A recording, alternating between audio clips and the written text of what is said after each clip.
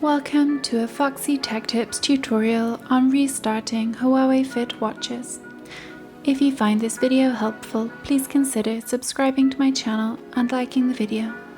Swipe down from the top of the watch's home screen to open the quick panel. Then tap on the Settings cog. In Settings, tap System. Then tap Restart.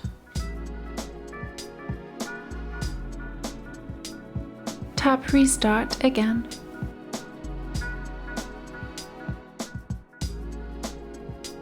Your watch will then restart. And that draws an end to this tutorial. Please like the video if you found it helpful and subscribe to Foxy Tech Tips for more Huawei tips and tricks.